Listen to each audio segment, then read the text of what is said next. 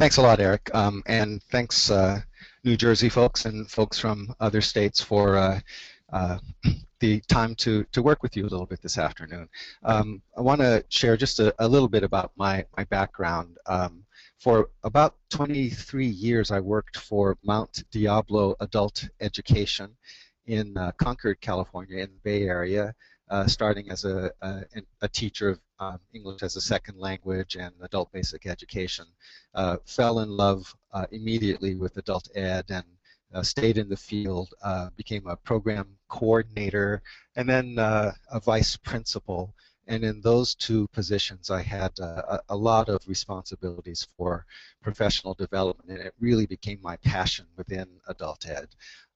In 2005, I had a really great opportunity to go to work for Oakland Adult and Career Education in California, and my last couple of years there in 2009 and 2010, I had what was pretty much my dream job, primarily responsible for curriculum, instruction, professional development, and assessment from the position of assistant director. And it was a really great opportunity to put into practice a lot of wonderful things that I'd been exposed to and learned over my previous years. But as many of you probably know, funding streams changed in California. Adult eds started getting squeezed down and squeezed out, and in 2010 I went to work for the American Institutes for Research, where I currently serve as project director for CalPro, which is the entity that provides professional development services for adult educators in adult literacy educators in California. So I've had you know, a really great opportunity to benefit from a lot of my past assignments, and I hope that some of the stuff that I've learned is finally coming together in a way that I can share it with other folks. So Eric, if you could go to the next slide, please.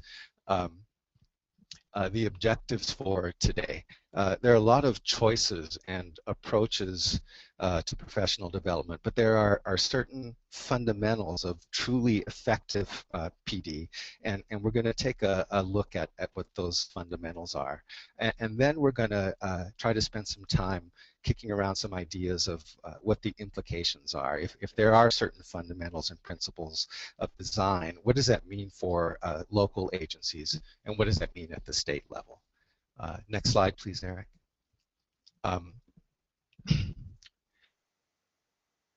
So the agenda for today. First, we're going to get on the same page in terms of the big assumption that I'll be working from during this webinar. It'll probably sound perfectly reasonable to you, almost like a no-brainer, but the implications are huge in terms of how professional learning is designed and carried out. Then we'll take a really quick look at a simplified distillation of the research on what actually works in professional learning, again, based on that big assumption.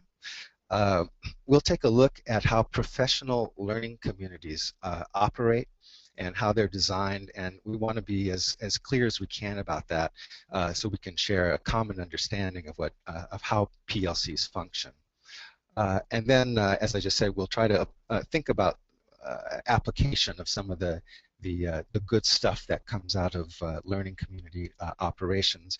And then I'll just share a couple of really basic resources for those of you who might want to look for some more information or guidance on this. So next slide, please, Eric. So I'd first like to hear from you a little bit. If you could think for a moment about what you consider the best professional development activity you participated in. Why did you find it effective?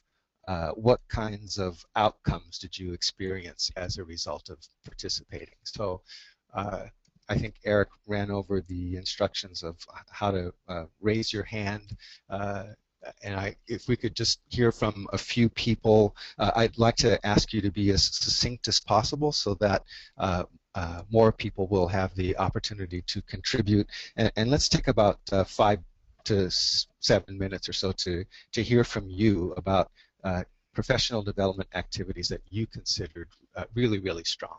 Okay, and you can either have me unmute you or you can send in some comments. So Betsy already says that she took an interactive online course last year that was highly interactive with an end product created that I put to immediate use in my program. Mhm. Hey, Eric, just a question. Should I be able to see the written comments as well? I can set it up that way, but you don't necessarily have to see them. Okay, that's fine. Okay. If you're going to, Yeah, I can just read so, them out that way. I think cool, it that often goes works. more efficiently that way.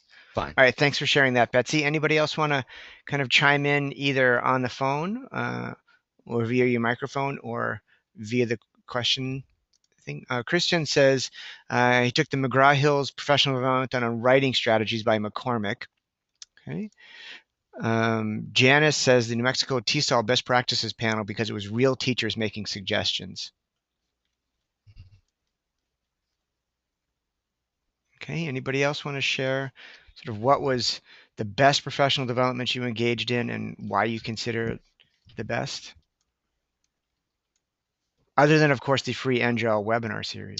Of course.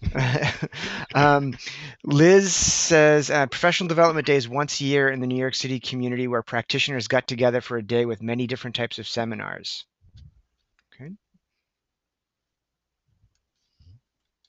We see some themes developing already, Jack, I think, in terms of Yes, some of their responses. right. Veronica says the biannual New Jersey Higher Ed ESOL seminars. And Constance says the best professional development activities that I engaged in were ones that had a direct impact on my practice. Also, there are ones that impacted student learning. This was looking at data and analyzing them. Great. Thanks, Betsy. Betsy actually says that these webinars are good. And the GoToMeeting is cool and it works with her schedule. So I'm glad to hear that, Betsy. Really great. Are there Okay. more comments still coming, Eric? I think that might be, That might be. let's see. Okay. Yeah, I think that's about where people are at. Okay, great. So thank you for those great examples, and we had a little bit of diversity and some commonalities in those examples. I'd like you to keep those examples in mind for reference purposes and compare and contrast purposes for the duration of the webinar, and of course keep in mind whatever you may have reflected upon but not necessarily shared with the rest of the group. So next slide, please, Eric. So the main objective, what's this idea of the ultimate objective of educators' professional learning? I think it's fair to say that many, if not most of us, for most of our careers as educators, have believed that the objective of professional development is to make us better educators. And so the focus of most professional development events, of course, has been training pretty much exclusively within the domain of teachers in teaching. But what happens afterwards? What happens after the trainings? I think there's more or less sort of a random application, if there's an application at all, of what was learned. And that is a kind of professional development that has really been kind of the tradition for many, many years. Next, I think it should roll in here. Yeah. But so here's my big assumption. With so much of a focus now on measurable improvement in student learning, and especially in the context of the global economy and 21st century skills, the field is looking for effectiveness, really looking for the connection between professional development and improved student learning. So the big assumption here is that the ultimate objective is not teacher learning, it's student learning. And one more advance, please, Eric, thanks. So improved teaching skill is an outcome of the process that contributes to the ultimate goal. It's certainly aligned with the ultimate goal, but the improved teaching skill itself is not the ultimate goal. And that notion, I think, clearly becomes much more than just semantics as soon as you look at the structures that produce systematic and sustainable improved student learning results across a school or a program.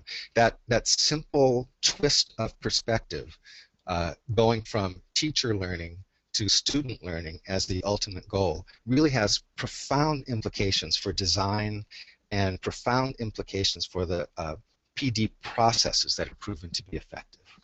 Okay, next slide, please, Eric. So I'm going to boil down and I think just very slightly simplify the summary of the research on effective professional learning.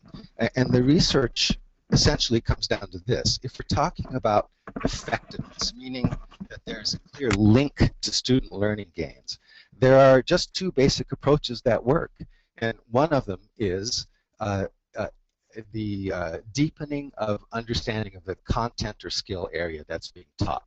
And this usually comes about by virtue of educators taking intensive institutes or classes, college-level classes, really rigorous online training, any kind of endeavor that really deepens and expands their knowledge and expertise of their subject matter, and of course the application of what they've learned. And the second what works item, and the one that we'll spend our time with today, is participating in a really strong learning community. And if we could go to the next slide, please, Eric. And this leads to the idea of what a learning community is and what a professional learning community is. And I think that there's a lot of confusion and a lot of differences in interpretation about what professional learning communities do. In my recent experience, I think very unfortunately, it's become almost professionally embarrassing to admit that your school doesn't have a professional learning community. As the PLC movement has become more and more widespread, and as states and districts have started to mandate PLC operations, and as more and more commercial entities get into the PLC market, I find that the basic tenets and principles of really disciplined PLC work have been undermined, and sometimes they're just ignored or forgotten altogether. It's just so fashionable now to call any work that any group is collaborating on a professional learning community, when in fact a professional learning community is really rather narrowly defined. And the simplest answer to the question of what do PLCs do is this. They answer these four questions. What exactly do we want students to learn? How will we know if they're getting it? What will we do if they aren't getting it? And if they are getting it, how do we help them to advance further? So let's take a look at the process that professional learning communities follow in order to answer these four questions, because that is what they do. So if you could, Eric, could you show, please, first, before we go to that slide, the graphic that you sent to everyone yesterday? I just want to ask folks if you took the time to print this out. It would be really good to have it on hand to refer to it for these next few minutes of the webinar. And, okay, so I'm sharing it on the. It'll just make it a lot easier to follow along. I'm sharing it on the screen now. So if this is what people hopefully should have seen this. Do you see this chart that I had sent out earlier this morning?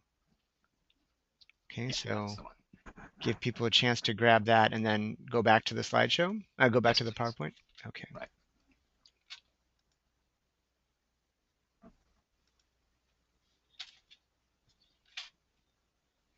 So here? Yes. Okay. And yeah, advance to the next one, okay, please. Okay, so if you're following along on the graphic, there's actually one thing that I want to point out. On the upper right-hand side, there's a box that says Focused Professional Development. And this is the first indicator of how learning community work really differs from other forms of professional development. This notion of focused professional development may occur at just about any phase of the cycle that we're going to review in a minute, and I'll give some examples as we go along. So the first part of the cycle is focusing on data, and that was, I believe, part of one of the last reflections on really good professional development experiences that we heard. Teams look at data, and the purpose is to clearly identify important areas of the curriculum that challenge students. So what kinds of data might a team look at to get information about how well students are learning? They would look at standardized test results, demographic data, classroom-based assessment results, attendance data, and maybe the item that is the most informative and the most useful, and that is student work itself. But learning communities use any and all data that might shed light on which students are learning exactly what and to what degree. That's the nitty-gritty kind of information needed to start to identify curricular areas that the team is going to focus on. So I'll try to weave in a specific example here. Let's say that based on a good analysis of the available data, a group of teachers zeroes in on a specific learning focus for students. And let's say that this group is particularly drawn to patterns or clusters of poor writing scores. And let's say they follow that up by looking at some writing samples of students from all their classes, and they conclude that their suspicions were confirmed. Students really need to write better to be successful, not only within the school, but also at their next level of training or instruction. And through that focus on data and the analysis, they decide that improving student writing will be their focus area. So let me give an example of now how that focused professional development, that item I referred to in the upper right-hand box, how that focused professional development could come into play here. Let's say that this particular team feels that they need some support for data analysis. Maybe it is not a common endeavor for them, and they want to make sure they're doing it right. So they could say, let's learn more about how we can interpret and use data more effectively. An individual in the group could volunteer to take the lead on that and bring information and maybe training back to the group. The whole group could take an online session on good data analysis. They could do a study circle and read something that would help them do their data analysis work better. Any variety of activities that would be really focused professional development to help them with that particular phase of the cycle. So I just wanted to weave in right at the beginning an example of how that focused PD might work. Next, please, Eric. After focusing on the data, they would the team would study standards, and in this case, in the example I'm giving, of course, they would study standards related to writing. And this is a crucial step, because if you're looking ahead later to the other later stages of the teaching and learning cycle, the team is going to have to agree on a bunch of things. They're going to have to agree on exactly what students are supposed to know, on really specific learning goals and expectations for students related to writing in this particular case. They have to agree on the content of lessons and which materials to use. They have to agree on an assessment tool that they'll all use to measure student progress toward a learning goal. And those agreements have to be anchored in something that is common to all of them, and that should be standards, the common ground for instruction and learning. And the kind of obvious starting point for making sure that everyone is on the same page. So teachers in a PLC make sure that they have a thorough understanding and a shared understanding of the standards. There cannot be a wide range of individual interpretations or the process falls apart. So that upfront shared understanding paves the way for a clear focus on exactly what students should know and be able to do, and exactly what the teachers should know and be able to do in order to support the students to get there. So to continue with this example of writing as a focus area, this group would study writing standards. Maybe they would conclude that within the broad topic of writing, they're going to focus on the paragraph. And then they set a goal for students, a really specific, clear goal. For example, by the end of the school year, our students will be able to produce a paragraph meeting the following criteria. The criteria could be, organization or fluency, mechanics, some, combination of elements of good writing. And that becomes a standards-based goal with clear student learning expectations that the team agrees to strive toward, and that becomes their relentless focus, getting that result. And that's a really strong defining feature of the professional learning community, having that uh, uh, uh, results orientation in the work that they're doing. Next, please, Eric. Okay, before you move forward, Jack, I would just let people know that I think what we'll do is after Jack goes through the cycle, I'll call that the graphic up again to the screen so you can kind of take a look at it. And then also to let you know that after the webinar is over and when we send out the certificates of attendance, we'll send the PowerPoint that has all this information, and we'll also resend that graphic just in case anybody lost it or didn't get it. Okay, great, thanks. Okay, so here's the next slide. So next on the cycle, teachers select instructional strategies and materials. In the writing example I'm using now, they would select items that best address writing a paragraph, since that's the narrow focus that they decided on. So as part of this selection process, teachers would review the recent research on what works in writing instruction. They would review available materials and textbooks. They might network with colleagues at other schools or on listservs to find out what's been successful for them. And of course, they'll share their own strategies and knowledge of what works. So after a solid review, excuse me for a second, of these techniques and materials, there would probably be some more focused professional development here, more study and training on writing.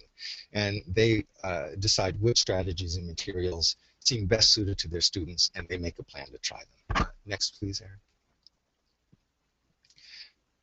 So, which brings us to the plan phase of the cycle, planning, lessons, and a common assessment. So let's step back just for a second and recap what's happened at this point in the cycle. The team has looked at the data. They've identified a focus area. They understand what the standards say students should be able to do. They've set a clear learning goal for students, which is writing that great paragraph meeting rigorous criteria. And they've identified some promising strategies and some materials to try. And now is the time to figure out how best to put these teaching strategies and instructional materials into practice. So in this phase, the teams plan lessons that integrate the new learning that they've gained. And the team agrees that they will try the lessons and assess students' learning in response to the lessons. So to have that assessment in advance, they plan a common formative assessment. So as they're implementing the lessons, they'll be ready to monitor student progress in a coordinated way with their colleagues who will also be monitoring their students' progress. So at the end of this process, when you're going to be looking at student work together, you're going to be looking at apples to apples and not apples to oranges, because you've planned a common assessment. Next slide, please. Okay, before Jacques, Dawn has a question. Yes. She says that I always hear about checking research for best practices, but what are those sources exactly? For best practices in, well, I guess I would have to ask, is there a particular content area that you would be interested in? Teal comes to mind for writing, and I'd probably have to step back and think a little bit about precise resources for precise areas of precise content areas. But going to the OVE website is a good place to start. Going to the links website is a good place to start. I would also suggest the Adult Literacy Education Wiki as a place to start, because that's going to have connections to a lot of other things. Don's question was also about instructional strategies for math, and one place that you can go for math is the Adult Numeracy Network, and they have their own developed set of resources. But I think the short answer is that there is no short answer, right, Jacques, in the sense that you have to think about what question you have, and then for each question, you're going to have to think about which sources you trust and who has talked about that in a way that you think is productive.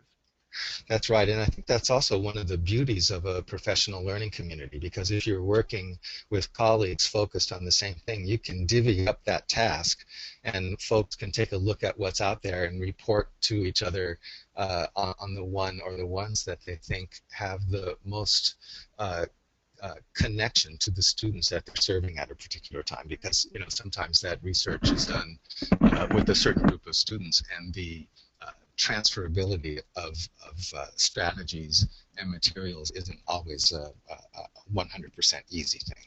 Right. Okay. Okay, so the next part of the cycle, is to implement this plan, this beautiful plan that has been constructed. And during this implementation period, it's really common for teachers to visit and observe each other in order to get firsthand information and a deeper understanding about what's really working and how and why as they put their plan into action. And the participants in a learning community say, we're committed to student learning results. We're going to find out exactly what works to get the results, and we're going to commit to using what works. So to begin to find out what works for their students, they implement their best thoughts about lessons and materials that they think their students will learn best from. Next slide, please, Eric. Then moving to the next phase, PLC teams take the results from that common formative assessment that they already had planned, and together they look at the work that students have generated. They critically analyze that work. They assess whether students are achieving at the desired level. In other words, is our instruction leading to the results we intended? Are we getting the learning outcomes we wanted? And in this example that I've been using, are students writing paragraphs at the expectation level we established for them? That's what the PLC really cares about. And in analyzing student work, they do that from a good data practice point of view. They want to see which students are succeeding and figure out why. They want to see which students are struggling and figure out why. If there are a couple of teachers whose students across the board seem to be excelling, then they definitely want to look more closely at exactly what those teachers are doing to get the results. And if students of some other teachers are struggling, the whole group contributes to specific solutions that that teacher can try. And if certain subgroups of students are demonstrating the same patterns of writing challenges, they all look for specific solutions to address that student subgroup. So at the conclusion of this phase, the team has a really good sense of the level of effectiveness of the lessons and materials, and they're ready to move into the next phase, which is the continuous improvement phase. Next. And that's adjusting instruction. So the typical pattern for these implementation efforts is for them to be less than perfect. It's just to be expected. And after the team looks at the student work generated by the common formative assessments, they go back and revisit the lessons and materials and the strategies, and they adjust them to improve the chances for higher levels of student learning. So lessons get refined or expanded or adjusted, or sometimes just dumped and replaced by something else if the team concludes that what they thought would work didn't come close to doing the job. And they may repeat this part of the cycle a time or two, and strong PLCs just don't rest until students have succeeded. Okay. Next slide, please.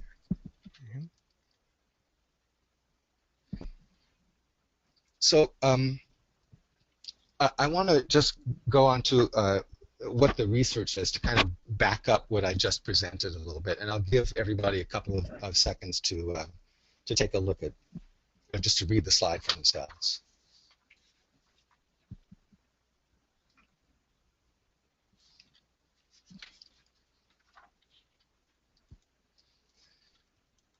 So studies of PLC work are starting to become much more available now, and the results are really pretty amazing. Time and again, it's proven that when the PLC work is done well and done right, there's actually a predictable increase in student learning, and that's just truly amazing if you think of professional development uh, evolution over the years. We finally have something that we can point to and say this really works if what we're serious about is improved student learning. Next slide, please, Eric. So in this quote, we start to see some of the elements of effective professional development, and those elements just all happen to be present in that teaching and learning cycle that we just reviewed. So at this point, next slide, please, Eric. I'd just kind of like to open the floor a little bit for questions or comments. Okay, and what I'm going to do is I'm going to call this back up for people that don't have access to it, Okay. so that they can see the screen. Okay. So any questions, comments? So Betsy wants to know, is the effectiveness of a PLC impacted by the amount of time students stay enrolled? You know, we sometimes have a bit of a revolving door in adult education. Yeah, I think there is a pretty clear connection between time spent in learning and in classrooms and the amount of student learning gains that can be expected. But there are so many variables there. Is it an open entry, open exit program, or is it a managed enrollment program? If it's a managed enrollment program, you can get potentially greater student learning outcomes in a shorter period of time because there is less time spent in the turbulence of dealing with different students all the time and having to backtrack on lessons so often. So yeah, there's clearly a connection. Right. So she said they were in a managed enrollment thing. I think one of the questions too is that, even if you do have that student turnover, one of the issues involved, unless you have sort of a mandated turbulence, which is sometimes actually, unfortunately, policy, Mm-hmm. you could turn the professional learning community focus on why the turnover is so high. Right. And then you could think about retention as something that you're thinking about as a best practice. Thomas says his biggest concern is that the people within schools who conduct the professional development do not structure the professional development in the manner in which this handout portrays. That's right. Yes. And I think you've just nailed the issue. In my mind, the question is, as professional educators, now we really have evidence about what works, and it's our professional responsibility to try to do what works. So if we aren't doing it, why aren't we doing it? Right. I'm not quite sure why we wouldn't want to embrace this as a field and make the move in that direction. I know very, very painfully from personal experience that the notion of changing the way a school operates and changing the culture of a school is much easier said than done. And I think that for most of us who are multitasking, maybe there isn't the time to pay as much attention as one might like to what works in professional development, and the time to think about how to influence change at one's school or agency to move from maybe somewhat outdated practices to this practice. And it's difficult, and schedules aren't set up to mesh with this kind of operation very well. So it's a big undertaking to make it happen. I think the other thing is to think about policy beyond the school, right? So, I mean, certainly one of the things concerned about in New Jersey is that the professional development that's provided by larger institutions or organizations sometimes seems to be on an ad hoc or quarter by quarter basis, right? And not a systematized thing. So I think when we want programs to move in a particular direction, we can ask them to kind of do that. But I think the larger policy setting also makes a huge difference in terms of what people and programs feel like they're willing to take on. So that's certainly something as we move forward that, NGEL, one of our advocacy task forces is professional development, and so if there are people on this webinar who are particularly interested in kind of taking up this cause of creating and sustaining more coherent professional development systems within the state of New Jersey, let me know, and then you can join our advocacy task force about this. Maybe one last question before we move on. Jacques, Janice has a question if there's a minimum number of members in an effective PLC.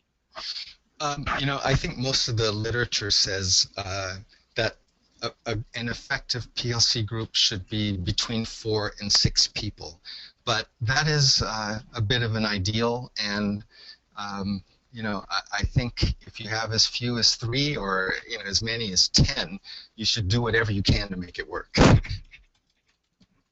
Okay. Okay. So okay, we'll go back to can we go on to the next slide? One more research quote, which I will give you a minute to read.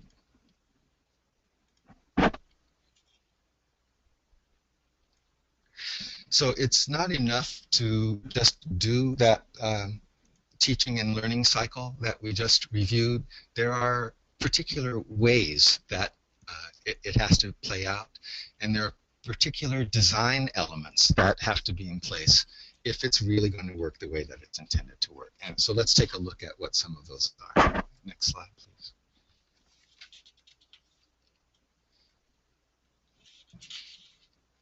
So here are some of the key design elements. It bears repeating that the work is data-driven and results-oriented. Again, it's just one of those powerful identity elements of a professional learning community that cannot be ignored if it's going to function well. Choosing a learning focus that's based on data, setting a student learning goal that can be measured, staying focused on that goal until you reach it. That's data-driven and results-oriented.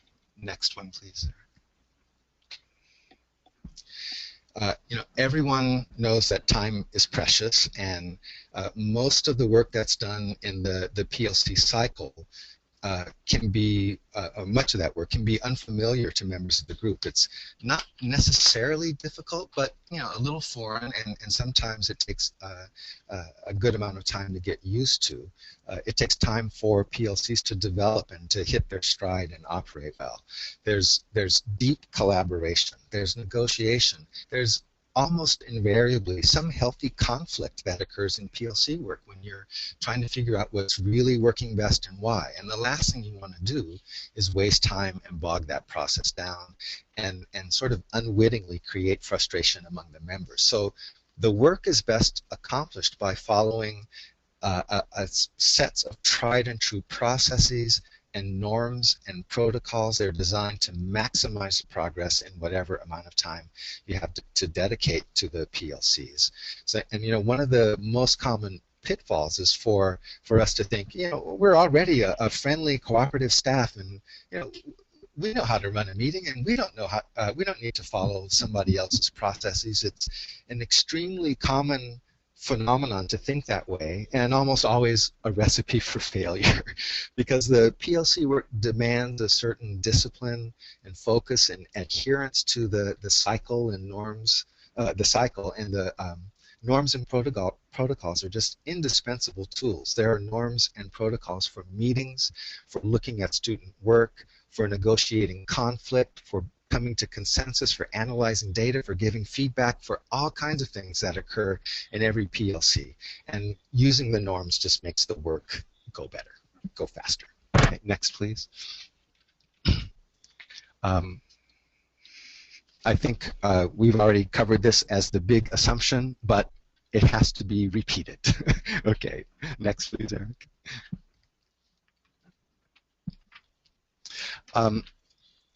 The main effort of a PLC is to find the best practices that the members of the PLC can use, the best practices that basically guarantee the desired student learning results, and then to commit to those practices.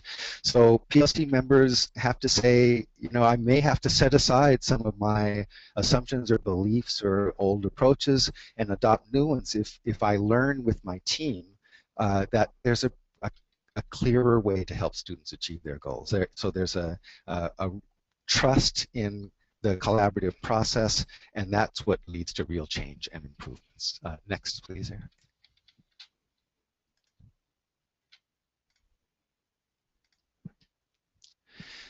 And here's one of the biggest obstacles to implementing PLC work, and especially in adult ed. It really needs to be embedded as a regular, routine, expected, non-negotiable part of educators' schedules and responsibilities. It's a huge challenge to us, of course, in the world of adult ed. In elementary schools or middle schools or high schools, there's frequently a shared planning period to support teacher collaboration during the workday, and teachers work together the same campus and they see each other every day. It's just easier to create a structure for the work. The context and operations of most adult ed agencies are very different, but creative schools find a way to make it happen. They rethink how resources for professional development are utilized. They say PLC work is going to be our main collective effort, and then they put the resources and the time behind that. They sometimes alter class schedules to build in time for PLC work. They use technology to support collaboration and communication. But in any case, however it's done, what's important is that teachers have regular and reasonably frequent collaboration time to keep the work going. Next slide. Apropos of that, Betsy had asked, this question a few minutes ago via the question section. What does a PLC look like in an environment where all the staff are part-time hourly employees? And I think your answer is that even if you're talking about part-time hourly employees, that the institution has to make a commitment to making this happen. Absolutely. I think in the best scenario, it's a combination of bottom up and top down. And in a lot of the PLC literature, there is a phrase called loose and tight, which says that the administration should be tight and authoritative in saying that we will operate as a PLC and we will follow PLC principles, and my expectation is that we as a school and the individuals, the individual educators, come together and move in that direction. So that is what is tight, and the loose is that it's the teachers. There's a certain amount of flexibility and creativity given to the instructors on the teams, provided that they're following the cycle so that the end result has the best chance to happen. But it's the teachers on the team who make the vast majority of the decisions about what happens and what doesn't happen and what works and what doesn't work. But if somehow those two things can be put together, then you have the best springboard for a great PLC. Okay, and next one, please, Eric. Okay, so we've already talked a little bit about common formative assessments, but they really need these tools to measure the results, and it is the most important tool that they can use. It allows for that in-the-moment analysis of student progress and immediate instructional modifications. What I've heard over and over and over again from schools that are doing this teaching and learning cycle is this: the point at which the whole thing starts to make sense to teachers in a way that just is an amazing light bulb going off is when they sit down together to look at the student work generated from the common formative assessments. Suddenly, things come into focus like they never have before. There is an incredible wealth of data in the student work, and the student work is comparing apples to apples instead of apples to oranges because everyone has agreed in advance on a common formative assessment. That's where the speed towards the goal starts to kick in. Next slide. Okay, well, Thomas had made a comment about how best practices for one teacher and one demographic works one way and it works for another way for others. So I think apropos of that, it seems like your suggestion would be that you're not mandating that teachers do the exact same thing about every single thing, but you identify these sort of common beliefs or common approaches then teachers then would put into practice in their particular classroom using their own particular strengths. Well, are some necessary variations on the theme.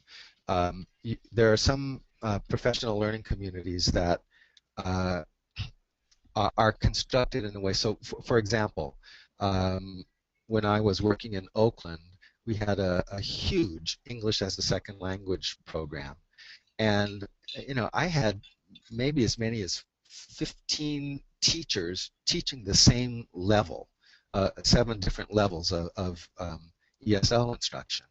And for those teachers, if they decided that they wanted to focus on a particular learning area for students, I think the expectation would go more towards the part of the spectrum that would say that we are going to more or less use the same thing and do the same thing, provided that they're teaching the same kinds of students in their classes.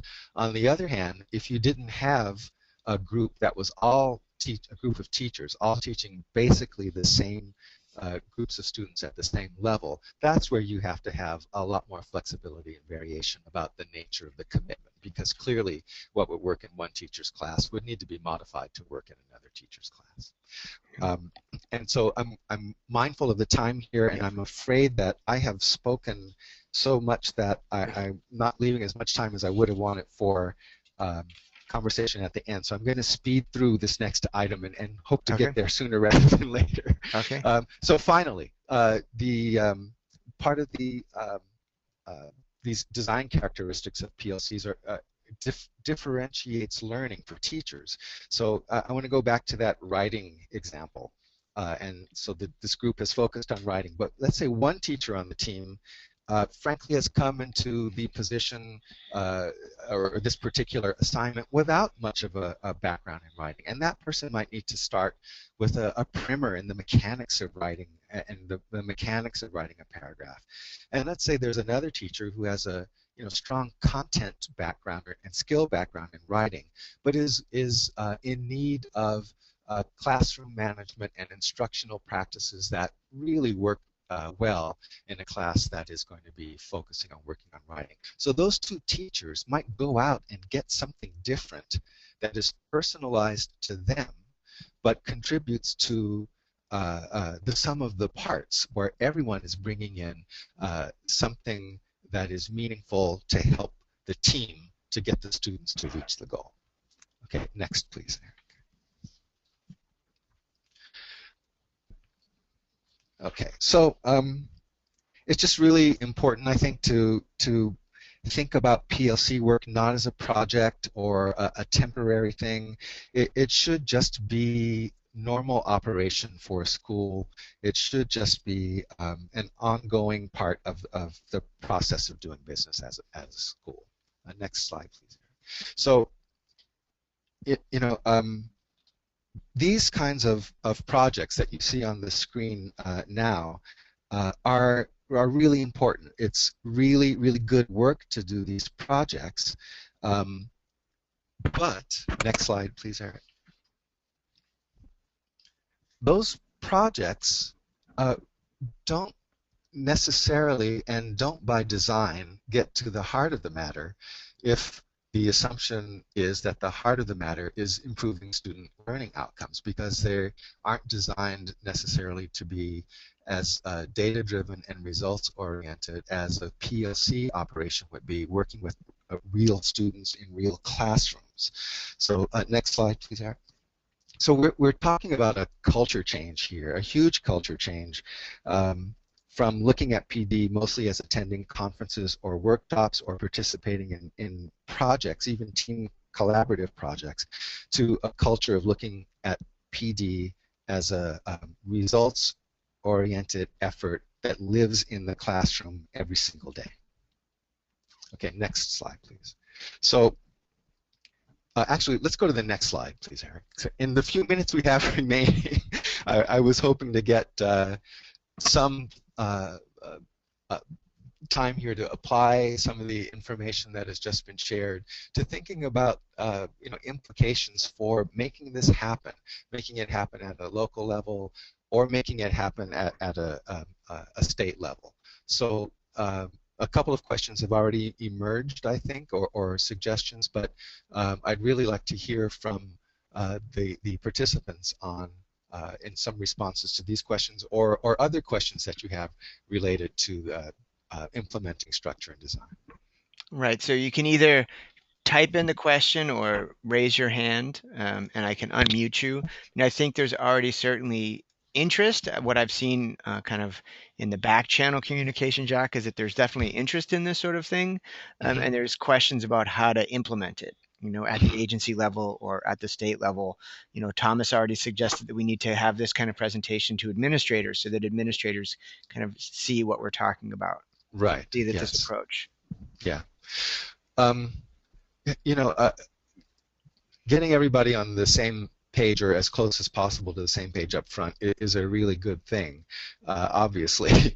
And the sort of pragmatic first step for schools who decide to go in this direction is to scan and assess what they currently devote to professional development in terms of time, resources, and materials, and to ask the question, how can we maximize the use of these resources for professional learning community work as opposed to more traditional professional development efforts? And that's where most schools start. So whatever time they have, they try to say, okay, we're not going to use this time for general announcements. We're really going to dedicate the time to the kind of collaboration that works and improves student learning results. And then they kind of take it from there. Right. It has to be a commitment. It has to be an explicit commitment. Okay. Mm-hmm. Other thoughts that people either have more generally or about here in New Jersey in particular? Things that NJOL can do. I mean, one of the things that we try to do is have, strands of topics and themes over the course of a year that lead into both the conference and other professional development opportunities. Because one thing that you didn't mention in your slides, Jacques, but we know from professional development research is that things like this, even this very webinar, it can introduce ideas to people, but in and of itself, it doesn't lead to change in practice, right? That you need to be engaged in an ongoing project with your cohort, with your fellow teachers. And so workshops are interesting. They can give you some new ideas, but for things to change, you have to be involved in kind of a hands-on project like this sort of systematic cycle that you're talking about, or other, project-based professional development. But we know that that's the gold standard for professional development, not ad hoc kind of, one from column A, one from column B approaches, but systematic and coherent approaches to professional development.